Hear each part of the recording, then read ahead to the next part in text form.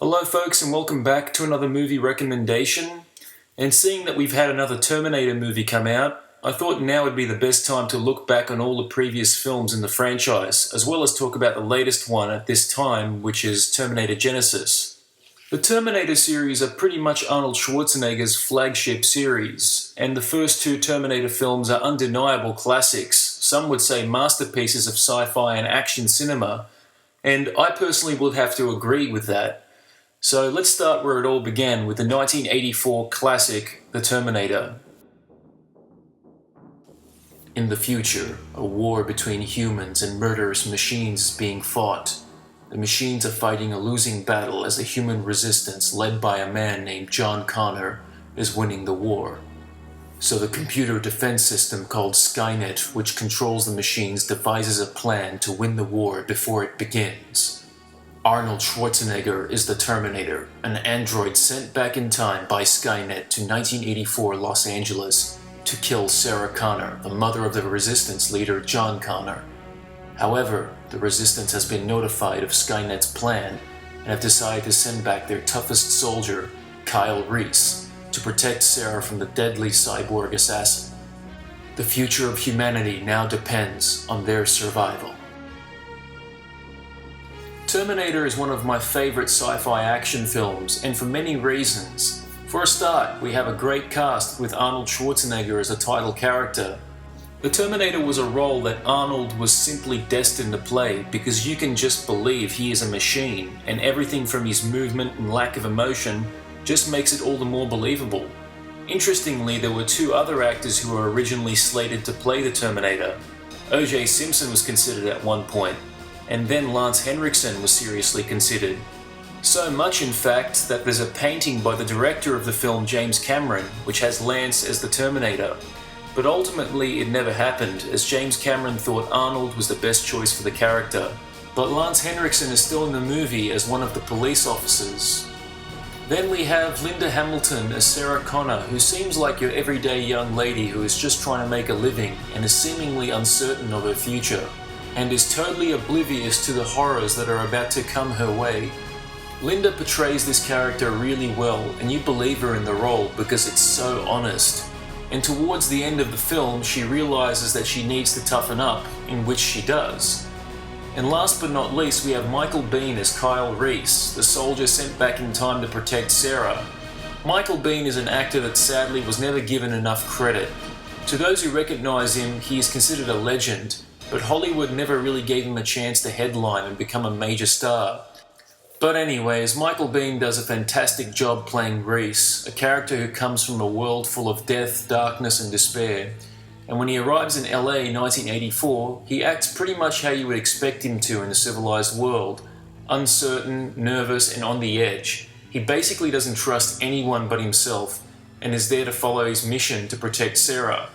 But as the movie goes along, more is revealed, and for those who haven't seen the movie, shame on you, I won't spoil anything. The film has some great cinematography and art design. There's a heavy use of blacks, greys, greens and high contrast skin tones and lighting. There are times where it looks like film noir, or is it tech noir? All the action scenes are well shot and are very easy to follow. The music by Brad Fiedel is brilliant.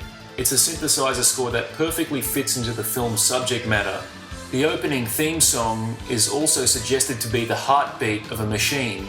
Now we know that machines don't have hearts, but it's interesting to think that what would it sound like if they did have a heart. So I give points for not just great music, but for creativity. Brad Fiedel is a genius. If the film has any flaws, it's only a minor issue. You can pick at the time travel paradoxes all you want, but it doesn't stop you from enjoying the movie because everything else from the acting, the effects and the action is so tightly wound. However, there's one scene where Arnold is performing surgery on his damaged eye, and the filmmakers thought it would look cool to show the eye operating. Now this scene could have been done differently because showing us a not too convincing rubber Arnold head tends to make us, the audience, just laugh. And not in a good way. I think even for its time it may have looked bad because there were other films before and after it that showed more convincing makeup. But then again, Terminator was made on a $6.4 million budget, a low cost for even back in 1984. But for what they achieved with that budget, everything else, including the miniatures, the future war, look excellent. I even like the stop motion they used for the T-800 because, let's face it, I mean, if they used perfect CGI, the Terminator would move too smoothly. And I always felt that, well, it's a machine, it's a robot, it's gonna have, restrictive movement. So in my opinion, it should move more robotically, and it kind of makes it look creepier that way. But they didn't always use stop motion. There were some points where you see the Terminator's upper body, where the shoulders, chest and head, it was practical. So they were constantly using different methods to fool the audience. On a $6.4 million budget, Terminator had grossed almost $80 million when it first came out. And when it came to home video, it did even more business. It got good reviews when it came out and currently holds a perfect 100% on Rotten Tomatoes.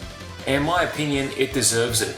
Overall, The Terminator is a classic film. It has action, horror, suspense, and science fiction. Overall, I give the first Terminator a perfect score, 5 out of 5. Then, 7 years later in 1991 came Terminator 2, Judgment Day. And for a lot of people, this one is considered the best, and I will agree, it is one of the best sequels ever made. But surprisingly, I don't find myself re-watching it as much as the first film. I guess it's because I know it so well. It was the one I watched often as a kid, and I remember it being very overplayed on TV. But I have to give credit where credit's due. Terminator 2 is a must-watch for any action film fan. The plot is essentially the same as the first one. This time, Skynet is trying once again to win the war by sending another Terminator back to the past to change the future. And this time, Skynet sends a far more advanced Terminator called the T-1000 back to kill John Connor, who is just a 13-year-old kid. However, as before, the Resistance finds out about Skynet's plans and capture a T-800 Terminator, reprogram it, and send it back to protect John Connor. Overall, T2 is a prime example on how an action film sequel should be made. Everything from the action scenes, the performances from the actors, to the cinematography, music and special effects are top draw. And of course the story is expanded and developed. Arnold Schwarzenegger does a good job at playing the good Terminator this time around.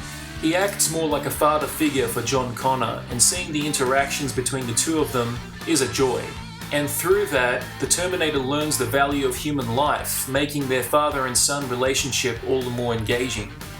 Next we have John Connor, played by Edward Furlong, who at the time was not an actor. However, he gives an impressive first-time performance. He plays a smart-ass rebel and reminds me of Bart Simpson if he had an R-rated vocabulary. But as the film moves along, his attitude changes, and it makes sense during the course of the film.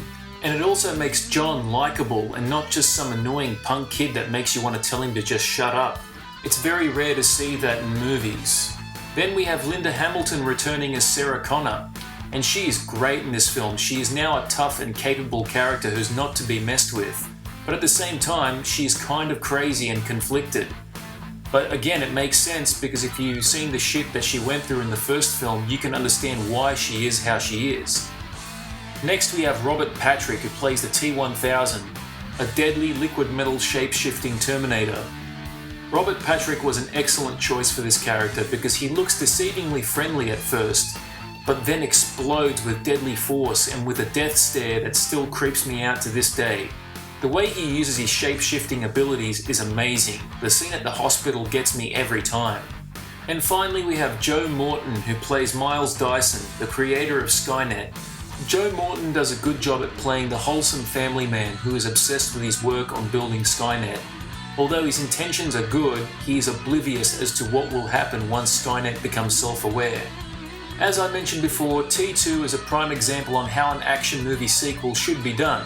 Make it bigger and expand the story. And it ticks all the right boxes and the action is incredible. Every action scene is memorable, from the tunnel chase in the beginning to the final battle in the steel mill. T2 delivers on all fronts, and the best part is that all the special effects, aside from the T-1000, are practical. But even the T-1000 has some moments where he is practical. Probably my favourite practical effects sequence in the movie is during the scene where Sarah Connor has that nightmare about the nuclear bomb going off. It looks so terrifyingly real, and that's because it is real. Well, most of it is. They used a combination of models, wind machines, and some CGI to simulate the look of a nuclear apocalypse, and it works brilliantly. And 24 years on, the CGI still holds up tremendously well, especially for the T-1000. I think there's maybe one shot where it looks a bit washed out, but aside from that, who cares? There are a lot of movies today which have CGI that looks far worse, and that's just sad. The cinematography is very nice, everything is tightly shot and edited, the action scenes are shot in wide so you can see what's going on and not feel confused. And the art design has this cold blue look to it during the night scenes, which really looks good and contrasts well with the scenes during the day. Brad Fiedel returns to do the music for the movie, and once again he does a great job with the score. And I think he has made the Terminator theme sound even cooler than in the original. If there's any issues I have with this film, I guess you could say the movie is a little long, but there are two versions of the film that you can watch, the theatrical or director's cut. The theatrical moves faster, but the director's cut, I think, adds some cool stuff that I personally like. So it's not an issue for me, but for some others it might be. And they never really explain how the T-1000 came through time, as the time machine doesn't take anything that's dead, it has to be a living organism. Now, with Arnold's Terminator, it's believable to some degree because he has living human flesh that camouflages his metal exterior. But the T-1000 doesn't seem to have any blood or any organic matter. Maybe you could argue that his technology is so advanced that it can fool the time machine's computer, but to be honest, it never really bothered me that much because everything else was so good that I just didn't care. And of course, there are once again time paradoxes if you want to nitpick. But once again, you don't care because you are distracted by the action, acting and effects. And that's what really keeps it going, and the story really works. So all these little problems, they're not really noticeable when you're watching the film. I never really noticed them until I, decided to dissect the film. But why bother? If it works, it just works. That's all I can say. But anyways, aside from all that, I really love T2. It broke new ground in action movie making as well as special effects. It was this film and Jurassic Park that pushed the boundaries of what was achievable visually in movies. And it was also this movie and the original Total Recall that got me interested in filmmaking. And for that, I am forever grateful to T2 as well as Total Recall. The movie cost $100 million to make, and it grossed over $500 million, and won an Oscar for editing, sound, cinematography, and special effects. And critically, it was well received. It got 92% on Rotten Tomatoes, and rightfully so. Overall, I give T2 5 out of 5. Perfect score, it's a classic. So after Terminator 2, people thought that was it. Terminator is finished.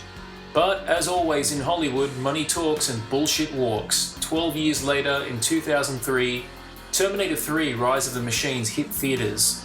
Naturally, this was the first Terminator film I ever saw in cinemas, as I wasn't even born when the first one came out, and I was only a year old when the second one came out. I was 13 when I saw Terminator 3, and I remember how excited I was when I heard it was coming out. Then I saw the movie, and I remember being disappointed with it, and this was coming from a 13-year-old kid.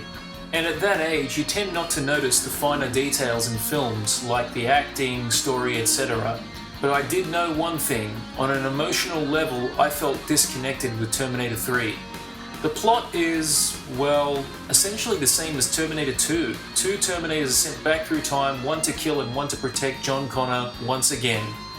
Overall, T3 is a prime example of a cash grab.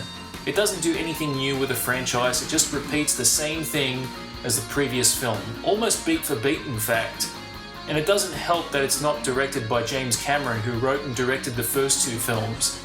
It's directed by Jonathan Mostow, who in my opinion has only ever directed one good movie, which was Breakdown with Kurt Russell, and he is clearly out of his league by directing a Terminator film.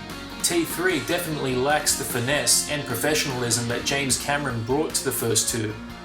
Arnold Schwarzenegger is back as the Terminator and is the only thing that keeps this movie going as far as characters go.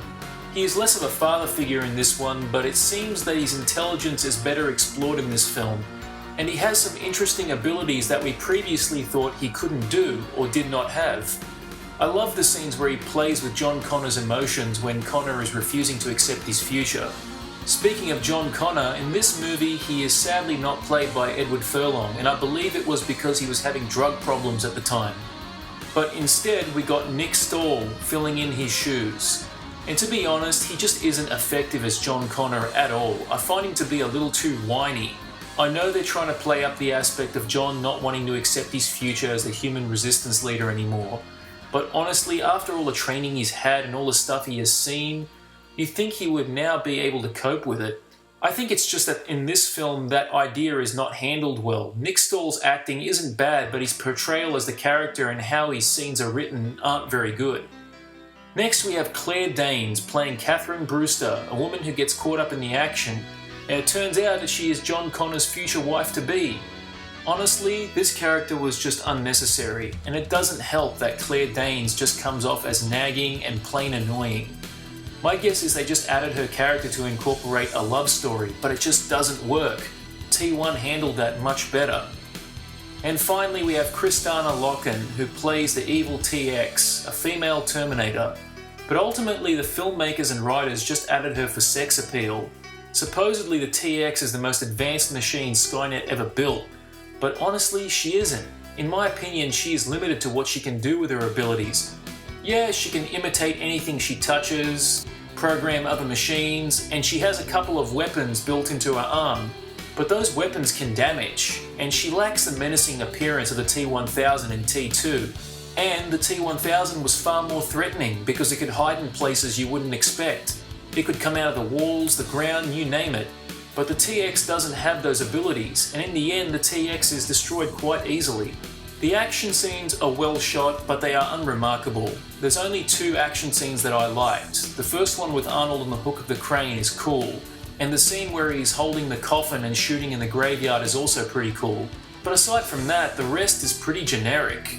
We also get some dumb humour in the film, such as Arnold saying stuff like "talk to the hand" while a crappy rap song plays in the background. And of course, the infamous glasses that he puts on in the opening scene where he goes to the strip bar to get his clothes. And the fight with the TX in the toilet is ridiculously stupid. Arnie gets grabbed by the balls, he dumps the TX's head into the toilet, and then he stomps her into the ground in a comical fashion. But the biggest issue with this film is that they say Judgment Day is inevitable, that it cannot be stopped. So basically the writers said, fuck you, we couldn't come up with anything better. And it just makes T2 look useless in the long run because it was all for nothing. You know, if you're going to make a sequel, at least make it different or give it a unique twist, but T3 fails to do that. Also, the film is called Rise of the Machines. Now, I thought we were going to see more of that in the film, showing us the activation of Skynet and how the machines start taking over. But really, it takes over an hour of rehashing of T2 to get to that point. I wanted to see more of how John starts to put together his connections and form the group of resistance members, but we don't get to see that. And on top of that, we get no memorable opening credits. Even worse is the musical score, because it's not done by Brad Fiedel, which is a real shame, because when you watch the first 2 films, you instantly recognize the music and the power that music has. This film has none of that. The Terminator theme in the end credits is there, but it sounds like a cheap cover version recorded on a low budget. It's just embarrassing. Now, as you can tell, I'm not a big fan of T3, and it is my least favourite entry of the series. However, it's not unwatchable. The saving grace of this movie comes from Arnold, who is easily the best thing about it. There's a couple of decent action scenes, and the last half hour when Skynet takes over is pretty cool, but that's it. The movie cost almost $188 million to make, and it grossed $433 million. Not as successful as the second, but successful nonetheless. Critically, it was mixed to positive with 70% on Rotten Tomatoes, which astonishes me, because in all honesty, it should be much lower in my opinion. I personally give Terminator 3 Rise of the Machines 2 out of 5. Now, after T3, I thought we were going to get T4 right away, but shortly after T3's release, I then heard that Arnold Schwarzenegger had become governor of California. And as time went on, it didn't seem like Arnold's time as governor was going to end very soon. But even without Arnold, Hollywood producers managed to make another Terminator film. In 2009, we got Terminator Salvation. The title kind of threw me off because they didn't number it, but I guess when you make a sequel in this day and age, it becomes embarrassing if you number them after so many films. So they just start to subtitle them with fancy or cliched words. This was the first film that I ever followed online. Every bit of info I found about it I just ate it up. I was so excited for it because Terminator Salvation promised to give us that future war that we only ever saw glimpses of in the first two films. I was initially concerned that the director of this film was a guy called Mick G. Prior to Terminator Salvation, he had made the Charlie's Angels movies. But judging from interviews, he seemed like a humble and nice guy who was a big fan of the Terminator franchise, and he seemed to have a lot of enthusiasm for making the film. And when I saw the trailers, I knew this movie would be very serious, which is exactly what I was hoping for. Now, I'd done a review of Terminator Salvation when it came out, and if you watch that review, you can tell I was being way too kind on it. But I won't deny that I had a good time when I saw it for the first time. However, rewatching it again 6 years later, I have to be honest folks, Terminator Salvation is a mess. The more I see this film, the more problems I seem to find with it. However, there are still some things that I really do like about it, so let's get down to it by starting with the plot. The movie takes place in 2018 after Skynet launched the nuclear bombs on humanity, and we get to see John Connor, this time played by Christian Bale, who is now a battle-hardened guerrilla fighter leading the resistance in the fight against the machines and trying to move up in the ranks. However, things start to change when the appearance of a man named Marcus Wright comes into play. He makes contact with John Connor, and Connor initially doesn't trust him. But ultimately they have to work together in order to destroy Skynet and rescue Kyle Reese from captivity. Okay, where to start with this movie? Well, I guess we can start with the characters. Christian Bale seemed like a good choice to play John Connor because I could see him playing a battle-hardened John Connor very well. Bale, for the most part, does a good job in the acting department, but his actual character really isn't given much to do during the course of the film. Yeah, he gives a few speeches on the radio, giving the Resistance hope, a few tips on how to kill some of the Terminators, and he does jump into battle as you would expect, but really, that's about it. I also notice that he tends to yell and scream out 60% of his dialogue, and no, that does not include the set meltdown he had during the shoot. There's also no real development of his character, and that's because most of the focus is not on John Connor at all. It's about this other character, Marcus Wright, played by Sam Worthington. Now, Sam Worthington is not the greatest actor out there, but his character is far more interesting than John Connor. That's because they clearly gave more focus on him. Marcus is a man who was serving a prison sentence in 2003 for a crime he committed. Eventually he is executed, but just before that, he donated his body to science. He wakes up in 2018 not knowing what happened to the world and feels lost. And later we find out that he is a Terminator, but it's no real surprise considering the opening of the film shows him signing a document which has Cyberdyne Systems written on it. And the trailers didn't do us any favours either. The trailer flat out gave away the fact that Marcus is a Terminator. Talk about a major spoiler. And they did it again with T5, but we'll get to that later. Anyways, Marcus is a clearly more interesting character, and that's because you can sympathise with him to a certain degree, as sort of a tragic character. And he provides a bit of heart to the film. Next we have a young Kyle Reese, played by Anton Yelchin. Yelchin was a good choice for Reese. He actually looks like a young Michael Biehn and does a great job at recreating his character's actions, mannerisms, and even his voice. His character doesn't have a lot of development, but he is likeable enough to be cared about. We also get some supporting characters such as Bryce Dallas Howard, who plays John Connor's wife, Kate Connor, and we also get Moon Bloodgood, who plays a fighter pilot named Blair Williams. But honestly, these characters are just forgettable. Moon Bloodgood is supposed to be our tough female character, much like Sarah Connor, but she just comes off as generic and is not really given any development. She's no Linda Hamilton, that's for sure. And Kate Connor has even less development. She's barely in the film at all, and she only has a few scenes, and they're all pretty insignificant. The action scenes in the movie are excellent. I would say about 75% of this film's action scenes are practical. Real cars, real explosions. The chase at the fuel station with the Harvester robot and Moto Terminators is excellent. And the final showdown at Skynet is incredible. The music in the film is unfortunately generic, considering it was composed by Danny Elfman, the guy who done the original Batman score and many others.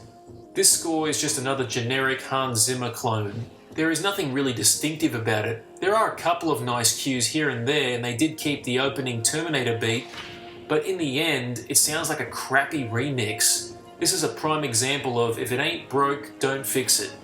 The art direction in this film is definitely a highlight. While I do agree it looks nothing like James Cameron's Future War, If anything, it looks more like Fallout 3 than Terminator, but it still looks good regardless because a lot of effort went into the production. And this is in the early stages of the war, where Skynet hasn't reached the technical proficiency of the T-800 yet, so we get to see early models of the Terminators like the rubber-skinned T-600 that Reese talked about in T1, and we get to see some Terminators that we hadn't seen before, like the Harvester, the Hydrobots, and the Moto Terminators. Apparently there's a T-700 in there somewhere, but I've never noticed it. All the machines are well designed, and as always, all the credit should go to Stan Winston and his team of artists who have done all the Terminator effects since the first film. They clearly outdone themselves on this one. It's a shame that Stan Winston passed away during the making of this movie. The film is dedicated to his memory in the end credits. Now, the biggest flaw in this movie, however, is the most important thing: the writing. The plot seems pretty straightforward at first, with John Connor trying to save Kyle Reese from Skynet, but believe it or not, the Marcus character is actually a fundamental problem with this movie, because Skynet essentially created him to lure John Connor into a trap at one of Skynet's main facilities. This whole plot of having Marcus make contact with Kyle Reese to have him get captured and then have John go after Reese makes no sense. Skynet could have just had Marcus find Reese and kill him on the spot when they first found him, and bang, John Connor doesn't exist and the machines have the victory. So if Marcus wasn't in the film and it was all just about John Connor trying to find Kyle Reese and defeat one of Skynet's headquarters, we would probably have had a much stronger and more straightforward story. There are other issues with the film, such as why the Terminators just throw people around when they could kill them the first chance they get. I mean, there's a scene where the T-800 grabs John, and if it wanted to, it could kill him, but for whatever reason it decides to toy with him and just throw him around a bit. Pretty silly if you ask me. Another dumb moment is when the Harvester appears and nobody heard it coming until it was too late. So overall, Terminator Salvation is a very uneven film. For all the good things it has, there's a lot of problems in the process. However, what saves it is the fact that it's not a total rehash of the previous films. The acting performances are mostly good, the action, art design and special effects are solid, but the script is a mess, the Terminators are not that threatening, John Connor is made into a side character, the violence has been toned down for a PG-13 rating, which is a shame because this series was R-rated to begin with. Did they really think that an audience for this series is little kids? And on top of that, the musical score is just monumentally generic. But overall, Terminator Salvation did something right. It never bored me. So as a B-grade post-apocalyptic action movie, it does its job. But in retrospect, I was way too kind on this movie. I still enjoy it for the things that I like in the film, but I can honestly say it's just not on the level of T1 or T2. Nor is it a worthy sequel to the series, it's merely just okay. At least the film had its heart in the right place though. Overall, I give Terminator Salvation 3 out of 5 stars. And now we get to the latest installment of the series, 2015's Terminator Genisys. Now, when Terminator Salvation came out, it was supposed to be the start of a new trilogy of films taking place in the war-torn future and filling in those gaps with how the Terminators were sent back through time and all of that stuff. But critically, Terminator Salvation was hated and financially it underperformed at the box office. The movie cost $200 million to make and it only grossed a little over $370 million worldwide. And around the time of the film's release, the director of the film, Mick G, already started pitching ideas of what the next sequel would be. People started to get upset, myself included, because I thought having John Connor go back in time to 2011 to warn a resistance from an impending Skynet invasion was a stupid idea too. You know, being a Terminator fan is hard because we are so passionate about the first two films. It's almost like the Star Wars franchise. We had 3 great movies with the original Star Wars trilogy, and then we got the prequels, and the first 2 prequels were awful, while the third did restore some credibility despite having its fair share of flaws. Terminator Genisys, however, was the first Terminator film that I was truly concerned about, because after hearing rumour upon rumour on what it was going to be, it just sounded awful. At one point The Rock was going to be involved, at one point it was rumoured to be set in the 1950s, but I think when I heard the rumours that it would be a reboot or a remake of the first film is when I really started to lose my shit. And then the official title, which was spelt incorrectly, came up, and then I heard Arnold was back and the story would be pulling a Back to the Future 2 and basically revisit the moments from the first two films and shake them up to start a new future from there. And then came those infamous photos of the cast doing their poses, which were hilariously bad. And from that point on, I just grew more and more concerned. And in the end, I just threw up my hands and said, you know what? This sounds like one big clusterfuck. And then I saw the first trailer and my fears had lowered a little bit, but it left me with a feeling that this movie could be either really good or really shit. And then the second trailer came out and fucking spoiled something that could have been a big surprise. John Connor is now a Terminator, and he's the bad guy. This is why I hate trailers nowadays, they show too fucking much. And after that happened, I totally lost all hope for it. This film was the nail in the coffin for the Terminator franchise. However, as a fan, I was going to see it because I was curious, or I'm just a glutton for punishment. Either way, I was invited by a friend to an advanced screening of the film. And you know how Chef Gordon Ramsay says a prayer before eating a meal on Kitchen Nightmares? Well, I myself said a prayer before the movie started. God, please do not let this movie suck. Amen. That's what I said. So, how was it? Well, let's get down to it. The plot of the movie starts with a future war in 2029, the night John Connor leads the resistance to victory, but discovers that Skynet sent a Terminator back to 1984 to kill Sarah Connor. Kyle Reese volunteers to go back and rescue Sarah, but when Reese arrives, things aren't what they were supposed to be. Reese is attacked immediately by a T-1000. Sarah isn't the vulnerable waitress that she was expected to be, and John Connor has become a Terminator and is aiding Skynet to succeed in destroying humanity. Okay, I gotta be honest folks, I was surprised with this film and annoyed by it at the same time. The first time I watched it, I had a blast. I was with friends, we were all cheering, and in the end, I gave it a 4-star rating on my Facebook. I was so sure that the film was better than T3 and T4, and I even agreed with James Cameron's thoughts on the film, with it being the true third film. But when I got up the next morning and started to write the deeper review for this movie, which you are currently watching, that's when my gears started turning.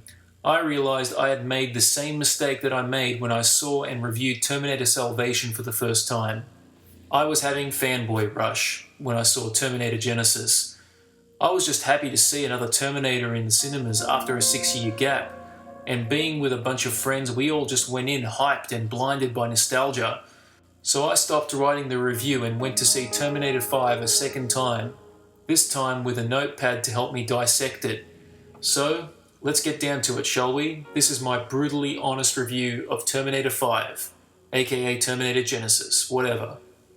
Now let's start with the actors. Arnold Schwarzenegger is back as the Terminator and does a good job as always. The way they explain how he's aged in the film makes perfect sense, and you can't argue with it because it's set in stone in the first film. The T-800 has living human flesh, the Terminator endoskeleton doesn't age, but the flesh can. And it makes the Terminator a more believable infiltrator that way. Arnold's character in the film is interesting because he basically plays a father figure to Sarah Connor, who rescued her from a T-1000 when she was 9 years old. Who sent him back? Truth is, I don't know. They never answered it. My guess is that they're saving the answers for a sequel because they have planned to make 2 more films after this one, but we'll get to those later. Now, I don't watch Game of Thrones, but Emilia Clarke, who plays Sarah Connor, does a serviceable job as Sarah Connor. She's far better than any of the female characters in T3 and T4, but she's no Linda Hamilton, that's for sure, or even Lena Headey in Sarah Connor Chronicles. In this movie, Sarah is more or less the T2 Sarah Connor, but she has a close connection with Arnold that is really nice. It's very similar to that father-son relationship that John Connor had with the Terminator in T2. Only this time it's more of a father and daughter relationship. Next we have Jai Courtney as Kyle Reese, and to be honest, this is one actor I wasn't too keen on playing Kyle Reese. Jai Courtney just doesn't fit the role of Kyle Reese. He comes off as reckless and bland, and he totally misses the point of how Reese should be portrayed. Kyle Reese was a guy on the edge who has been through war and seen suffering and pain, and it seems as if he had post-traumatic stress disorder at times. Jai Courtney shows none of those traits in his portrayal as Kyle Reese. Not to mention he looks really well nourished for a guy who's been living through the apocalypse. He's obviously there just because he's an up-and-coming actor, but he's definitely no Michael Biehn. This is one instance where I would have liked to have seen Anton Yelchin back as Reese from Terminator Salvation. I think he would have done a much better job. And last but not least, in my opinion, we get Jason Clarke as John Connor. And I have to be honest here, folks, Jason Clarke really steals the show. His portrayal as John Connor in the first half of the film is exactly what it should be. A battle-hardened yet wise man who you believe could lead a resistance. And when he becomes the villain, it's downright awesome. Jason Clarke comes off as a sinister and charismatic villain, and he even has some deceiving human-like qualities despite being a machine. But as he says in the movie, I'm not a machine, I'm not man, I'm more. Essentially, he is a hybrid, much like Marcus Wright's character in Terminator Salvation. He is made up of nanomachines, and I think he is credited as the T-3000, but it's never said in the film. But overall, Clarke does a really solid job in my opinion, and he actually does a better job than Christian Bale did, and he is most certainly better than Nick Stoll's John Connor. We also get some supporting characters such as J.K. Simmons as a detective, and he provides some chuckles and is likeable in the film. Lee Byung-hun fills in for Robert Patrick as the T-1000. Lee does a good job in the physicality required for the role, and he looks the part, but he doesn't have the iconic death stare that Robert Patrick had, and I think his movements weren't as graceful as Robert's either. But Lee was still cool enough. We also get the return of Miles Dyson and his son Danny, which was nice even though their screen time is minimal, but in keeping with the history of the series, it was nice that the writers included them. But it makes me wonder as to why they didn't get Joe Morton back to play Miles Dyson. I mean, he's the right age for the role, considering the part of the film he's in is set in 2017 and he's supposed to be old. But for whatever reason, they didn't get him back. The action scenes in the movie were decent, but I don't think they were as memorable as the action scenes in T2 or Terminator Salvation, but definitely more memorable than the action in T3 in my opinion. I liked the action scenes during the 1984 scenes, and in 2017 the chase on the bridge with the bus was pretty cool. And the final battle with John Connor and the Terminator is probably the best part of the movie. The art design was so-so in this film. The future war looks like James Cameron's future, but I have issues with how perfect everyone looks. Hardly anyone looks like they are starving or are living on the edge. But the recreation of 1984 downtown Los Angeles was perfect. And I really like how they redone the Terminator's arrival from the first film. It's almost perfect. I just miss Bill Paxton as the punk who says, "Fuck you, asshole." The standards do okay, but come on, you can't beat Bill Paxton. He's just too funny to forget. And I think they got the clothing designs wrong for these guys, to be honest, because they didn't really look exactly right. Neither did the haircuts. The music was definitely a step up from the third and fourth film. It was composed by Lorne Balfe, but it had some assistance with Hans Zimmer, and you can hear it at times. But overall it works and has that Terminator feel, but it's no Brad Fiedel. But at times it comes close, and it's definitely better than Danny Elfman's remix attempt on Terminator Salvation or Marco Beltrami's coma-inducing score on T3. The special effects in this movie are a mixed bag. There are moments where the CGI looks really good, such as the young Arnold in the beginning, and John Connor's Terminator effects are also pretty cool.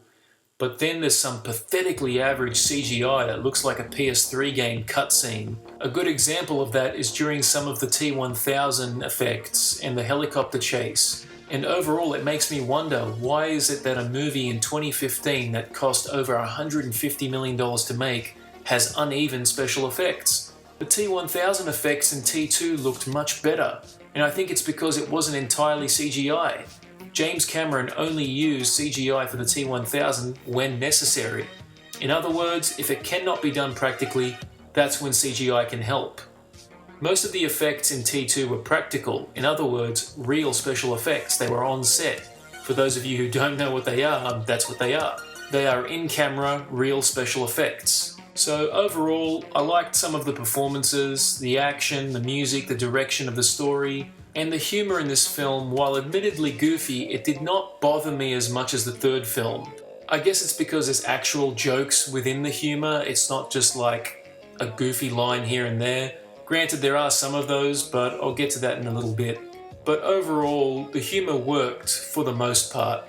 But now let's get to the downside. The special effects were uneven. In fact, I don't recall seeing any practical effects at all, which is disappointing. There were some repetitive lines of dialogue from Arnold that really started to bug me. There is one scene where Sarah and Kyle and the Terminator are arrested, and the song Bad Boys is playing during their mugshots. Honestly, they didn't need that sequence. Just edit it out, it's horrible. And quite possibly the stupidest scene in the movie is when Reese and Sarah arrive in 2017, naked in heavy traffic, and they get hit by a car and not even get scratched. I'm not kidding. And that car was going at least 50 miles an hour. And yeah, there are quite a few lapses of logic in terms of time travel in the movie, particularly at the end, with a scene involving Kyle meeting his younger self. But I was expecting a few time travel issues. However, the time travel stuff didn't bother me too much because I was able to follow the story and it didn't get me lost. And I was able to keep in mind that this is an alternate timeline now. Once they get to 2017, the new timeline pretty much begins. So overall, this movie is quite frankly a disappointment. I was hoping that it would have been the Star Wars 3 of the franchise, in a sense that it would bring it back up to speed. But it was just so uneven, even more so than Terminator Salvation. I think had Terminator Genisys had an R rating, more practical effects, a different actor for Kyle Reese, and if some of the time travel issues and logic lapses were resolved, and then maybe we would have had a better film. But such is not the case. I did enjoy this more than T3, but I don't think it was as interesting as Terminator Salvation. And I get a sense that this movie is not going to get sequels. It's been slaughtered by the critics and has underperformed at the box office. The movie cost somewhere around $155 to $180 million to make, and has so far only grossed $305 million worldwide. The producers are probably hoping that the Chinese box office will save them, but in all honesty, I think people have become disillusioned with the Terminator series. And that's because Hollywood producers just don't know what to do with it. And it seems like they wanted to make Terminator into more of a comic book movie. And you can tell, it has the look of a Marvel movie with its soft filters, and the final battle with the T-800 and John Connor. As cool as I thought it was, it definitely looks like a big superhero-style brawl. And just to drive the point home, they tack on a post-credits sequence with the Skynet core still remaining active. I think this was a bad direction to take the franchise in, because when you see the first two Terminators, they were rough and tough movies. Every action scene meant something, and you felt the danger. And since T2, we have not felt that danger ever again. So overall, I give Terminator 5, or Terminator Genisys, 2.5 out of 5. It has its moments, it has some cool ideas, but ultimately, it doesn't do much with them. The movie is the definition of routine. And as a huge fan of the series, I think it's time to leave the Terminator franchise alone. After a bad third film, a misguided fourth film, and now an unremarkable fifth film, I think it's time to just give up on it. But hey, in 2019, James Cameron gets back the rights to the franchise. So who knows, maybe he will do something with them once again, or he'll just sell them like he did the last time. But who knows. But anyways, thank you all for watching my review. Sorry it took so long to do, but I have been extremely busy with my studies as of late. But as always, stay tuned for more. My action film review series will continue, and I don't know when I'll finish them, but you will know when I announce it. So until the next time, I'll see you all later.